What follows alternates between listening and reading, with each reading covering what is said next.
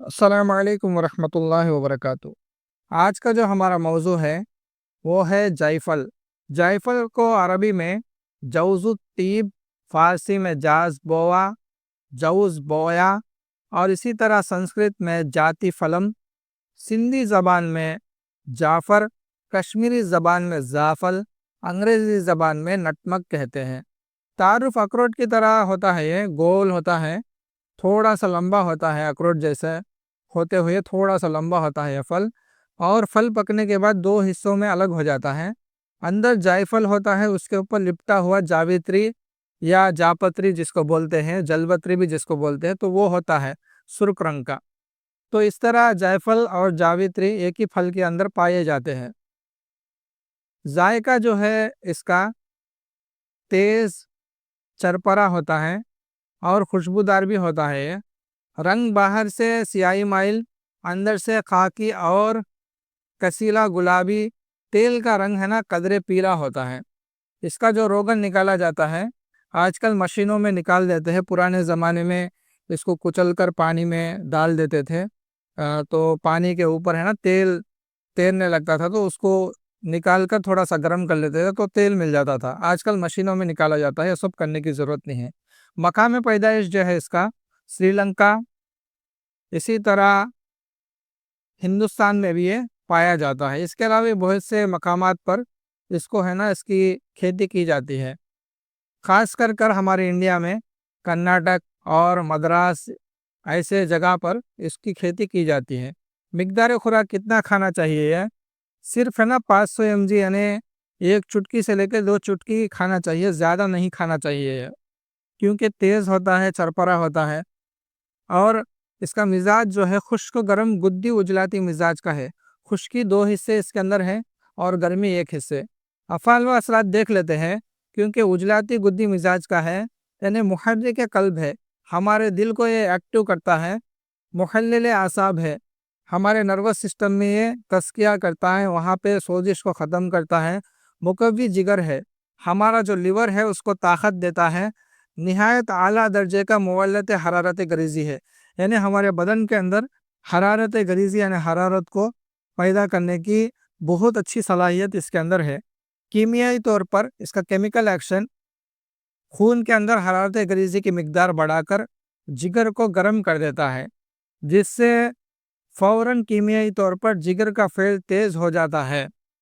دوسری طرف اعصاب و دماغ کے راستے خون کو قلب کی طرف جذب کرتا ہے، جس سے عصبی نظام میں فوراً تحلیل کا عمل شروع ہو جاتا ہے، کیونکہ یہ بہت زیادہ ہمارے عضلات کو تیز کر دیتا ہے، ہمارے دل کو تیز کر دیتا ہے، تو ہمارے جو نروس سسٹم کی طرف جو خون جا رہا تھا اس کو بھی ہے نا قلب کی طرف موڑ کے وہاں پہ جذب کرتے رہتا ہے۔ اس سے ہے نا وہاں پہ جو دماغ کی طرف جو عصبی نظام ہے اس کے اندر تحلیل پیدا ہو جاتی ہے، وہاں پہ صاف صفائی ایک طرف سے سمجھیے کہ شروع ہو جاتی ہے۔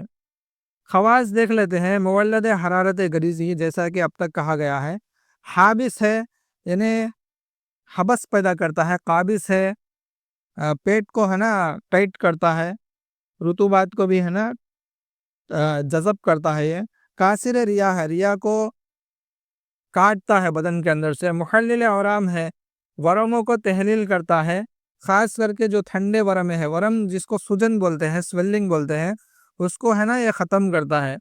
اسی طرح جالی ہے اور مخرش ہے، نہایت اعلیٰ درجے کا مقوی با ہے، یعنی مردانہ طاقت کو، اور ممسک بھی ہے، یعنی امساک پیدا کرتا ہے، ٹھہراؤ بھی پیدا کرتا ہے۔ مدر حیض ہے، جن عورتوں کو حیض نہیں آتا حیض کو کھول کر لاتا ہے۔ فوائد دیکھ لیتے ہیں۔ چونکہ عضلاتی گدی شدید محرک اثر رکھتا ہے، ایک دم قلب کے فعل میں تیزی آ کر دل ڈوبنا بند ہو جاتا ہے، ٹھنڈے پسینے رک جاتے ہیں، حتیٰ کہ بغلوں میں کثرت سے پسینے کی وجہ سے بدبو آنا، ہاتھ پاؤں میں پسینہ آنا رک جاتا ہے۔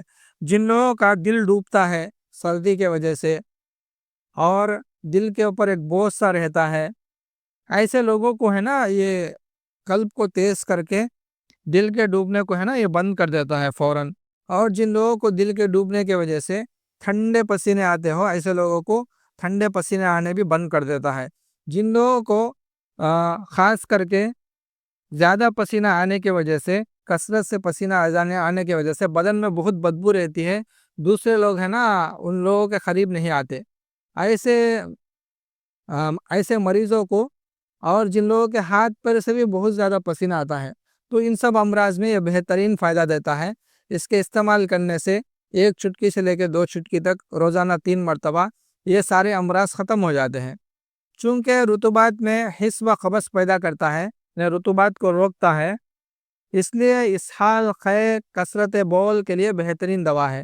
جن لوگوں کو لوز موشنز لگے ہوئے ہیں، اور جن لوگوں کو الٹی آتی ہے اور بار بار پیشاب آتا ہے، ایسے لوگوں کے لیے بہترین آب حیات کی دوا ہے یہ۔ اسی طرح جگر میں کیمیائی تحریک پیدا کرتا ہے اور صفرا کی پیدائش شروع کر دیتا ہے۔ جو خشک گرم مزاج کے جتنے بھی ادویات ہیں، وہ جگر کے اندر گرمی پیدا کرنا شروع کر دیتے ہیں، یہاں سے ہی گرمی پیدا ہونا شروع ہو جاتا ہے۔ اسی لیے کیونکہ یہ غدود کو تیز کرتا ہے، اس لیے جو غذائی اجزاء ہے ان کو تحلیل پیدا کر کے جزو بدن بنا دیتا ہے۔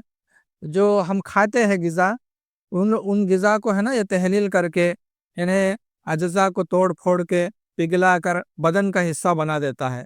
اس کے علاوہ کیونکہ یہ ریا کو تحلیل کرتا ہے، کاثر ریا ہے، تو ہمارے بدن کے اندر جو گیسز ہے، جس کو تبخیر گیس بولتے ہیں، ایسے گیسز کو یہ توڑ کر پھوڑ کر بدن سے نکال کے پھینک دیتا ہے، اسی لیے اس کو کاثر ریا بولتے ہیں۔ کیونکہ یہ جعلی اور مخرش بھی ہے، اس وجہ سے معدے کے عضلات کو، یعنی جو ہمارا سٹمک ہے اس کے مسلز کو یہ ایکٹیو کر کے بھوک کو ہے نا بڑھاتے ہیں۔ جن لوگوں کو بھوک نہیں لگتی، خاص کر کے جائفل کو استعمال کرنا چاہیے۔ اس کے علاوہ جن لوگوں کو جھلک کی بیماری ہے، یعنی ہاتھ سے اپنے اعضوں کو ہلاتے ہیں، ایسے لوگ، یا جو غیر فطری عمل کرتے ہیں، مردوں کے ساتھ یا عورتوں کے ساتھ غیر فطری عمل کرتے ہیں، ایسے لوگوں کو جو نقصان ہو گیا ہے، ان نقصان کو درست کرنے کے لیے اس کو ہے نا خاص کر کے جو تلاو، یعنی جو تیل وغیرہ بناتے ہیں جو آزو پہ لگانے کے واسطے، جن لوگوں کا آزو ٹیڑھا ہو گیا ہو یا آزو میں انتشار نہ آتا ہو، ایسے لوگوں کو ہے نا تیل بناتے ہیں ایک، جس کو تلا بولتے ہیں، اس کے لیے بھی استعمال کرتے ہیں اس کو، جائفل کو۔